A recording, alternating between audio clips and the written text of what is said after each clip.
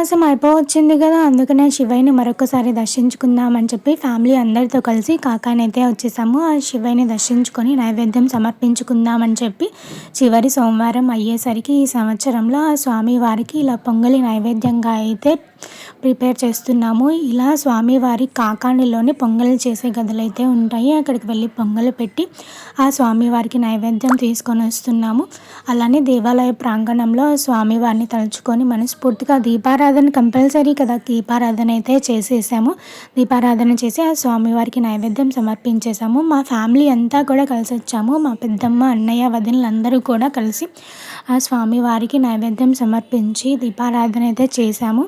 And rush అయితే చాలా ఎక్కువగా ఉంది. చివరి సోమవారం అయ్యేసరికి దర్శనం చేసుకునేసరికి 4-5 గంటల టైం అయితే పడుతుంది. అండ్ ఇక్కడ ప్రత్యేకంగా చివరి సోమవారం అయ్యేసరికి ఎటువంటి టోకెన్ లేకుండా నిత్యాన్నదానం వచ్చిన ప్రతి ఒక్క భక్తులకి 10:30 నుంచే స్టార్ట్ చేశారు. అందరికీ కూడా నిత్యాన్నదానం అయితే చేశారు. వచ్చిన ప్రతి ఒక్కరు కూడా స్వామివారిని దర్శించుకొని మనస్ఫూర్తిగా నమస్కరించుకొని ఆ స్వామివారి ప్రసాదం వనభోజనంలో స్వీకరించి అయితే వెళ్తున్నారు. ఓం నమః శివాయ.